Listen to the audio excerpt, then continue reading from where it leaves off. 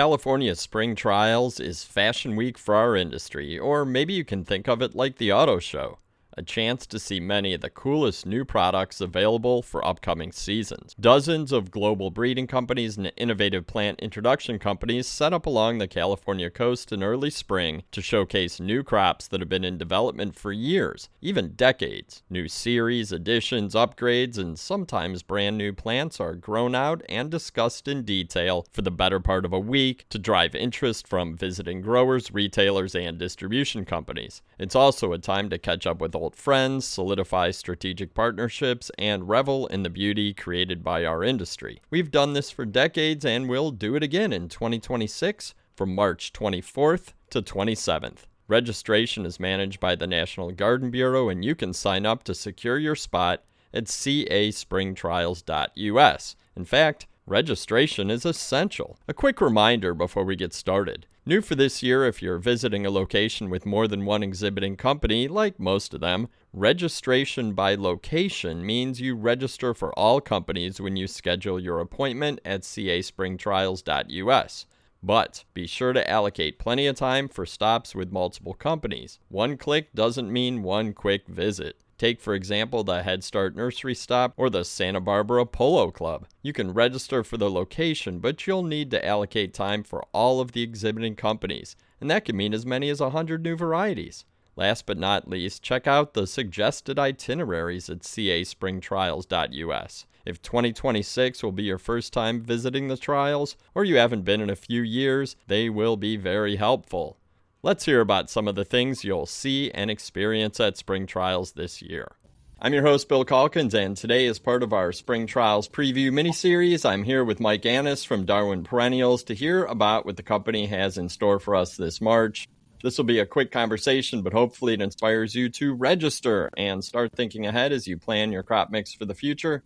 Mike, welcome to the podcast. Thanks for having me. I'm excited to give you a little sneak peek into what Darwin has to offer this year. Ooh, I'm excited for a sneak peek. Every trial location is unique, and Darwin is set up at the ball stop with multiple other companies. But what Darwin always brings to the table are great genetics, purposefully launched and displayed in a way that I always think is exciting. We only see a few stops that have a focused, dedicated perennial section, so we always look forward to Darwin when we come to visit. So, Mike, tell us a little bit about where the company is located on the Spring Trials tour roster and how you would describe the general vibe of the stop. Absolutely. So we're at the Pan American facility in Santa Paula. We'll be outside under the shade sails, and we're nearby Pan American and then also BFP and Selecta as well. So we're right in the mix. Okay. And when you guys put together everything, what's the general sort of feeling you want to convey with So what we're looking for is we want it to feel fresh, we want it to be exciting, and we want it to be educational. It's good. I think those are three goals, and that's one of the reasons why we encourage everyone to come to Spring Trials is because you can see the new varieties, get excited about them, think how they fit into your mix, but also meet with experts who have seen these products from the beginning and understand how to grow them. So looking back to last year, and I know that Darwin also does a lot of field trials and shows off how the products are performing throughout the year. But looking back to last year, what was one of the big hits from the trials in your mind? So last year, I'd say hands down, it was the Phlox Candy Cloud display, which was essentially a waterfall of just color, just pouring into more and more color. That Phlox Candy Cloud is so covered in flowers, it rivals any annual display. So I think that was kind of hard for anybody to walk past. For sure.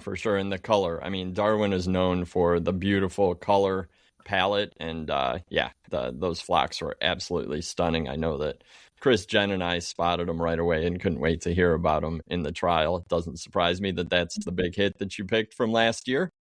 They were certainly hard to miss. Oh yeah, that's for sure. And when you think about the trial as a whole and the planning process and everything that goes into it, excluding the years of breeding that it takes to bring these products to market, how do you characterize what it takes to put on an event like this? And almost as importantly, what will the attendees gain from stopping at ball, seeing the Darwin displays and talking to the team? So I mean, we start planning this event 9 months ahead of time. And on the product side, we have to look at everything we're bringing into next year and try to find a theme that pulls all of those together, which is super fun, but it can be super challenging. So you go from a theme to ideas to sketches to visual representations. And then the event itself, I mean, the plants are the star of the show. So we lean really hard on our technical team to work closely with the growers to make sure that those plants are looking as good as they're ever going to look for that week. And then we build the display. So it's a lot of work and a lot of creativity. But I think it's a fun challenge to accept each year. As far as what we expect people to take from this, I'd say this year, I think attendees are going to see that Darwin continues to add depth to their assortment, especially with the addition of kind of two more perennial categories that we're playing in now. And I won't give it all away, but we're excited to explore a little bit more of a different product form with some bare root items.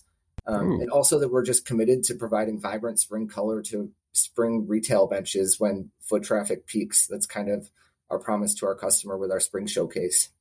I like that because when perennials are in bloom in the spring, they fly off the shelf. And I think historically we saw a lot of green perennials, but all that's changing, especially with first year flowering and a lot of the new genetics. So there is a lot of retail inspiration. And we do get visitors to spring trials from both the big retail side and wholesalers supplying independent garden centers. So I think that's exciting to hear about. When we travel, that's what we hear. What do you guys want? And they say spring color. And I want them to walk away from our display going, oh, Darwin listened. So that's kind of our goal there. Definitely. So the question that everybody is going to tune into these podcasts for is, maybe a little sneak peek. And you already teased it with a bare root introduction, but why don't you shout out, if you want to, a couple new varieties that the team is most excited to showcase at Spring Trials 2026? It's too exciting not to share, so I'll share the two categories that we're working further into, and one of those is ornamental grasses. I have a bit of a landscape background, so I'm probably more excited about grasses than most, but I think there's definitely a reason to be. We've dipped our toes in that water with some miscanthus in the past, but we're bringing 6 new varieties that I'm excited for everybody to see there. In addition to that, we're going to be offering some daylilies. And there's 9 varieties in this series. I think that they're super, super exciting. They're super stunning, the colors. So I can't wait for everybody to kind of see the unveiling of that. Oh, that's exciting. And I agree. I also like grasses. And it makes me think that for a mature company like Darwin, bringing 2 new sort of classes into the mix with the grasses and the daylilies, that's coming into a market that's already built and already there. So I can pretty much guarantee that these genetics are going to be exciting, don't you think? Absolutely. Yeah. I mean, we put some work into deciding what we're going to bring to market. If Darwin's going to enter those categories, we want to do it in a strong way. And we just can't deny that these are important categories. We have the ability to do it. We have the team to put it in place. And we're super excited about bringing some bare root into the mix. Oh, that's good. That's great. And it adds diversity to the range. And it's something that I think will draw people out to California to see these things from the ground floor and really talk them through with your team, figure out how they fit into their product mix. Well, Mike, absolutely. That sounds fantastic. I'm looking forward to seeing your trial. I'm always excited to see what Darwin has, but really excited for 2026. Thank you so much for your time. And I'll tease the theme just a little bit. Just don't forget to visit us by the pool or the pro shop. Oh, I like that. I'll be at the pool for sure. Well, sounds good. Awesome. I appreciate your time. Thanks. Now's the time to head over to the National Garden Bureau registration site at caspringtrials.us. You'll find a link in the show notes. Get registered. Bring your perennial team with you because they're going to have a lot to see at Darwin. And don't forget to subscribe to the Tech on Demand podcast on your favorite app. That way you will never miss an episode.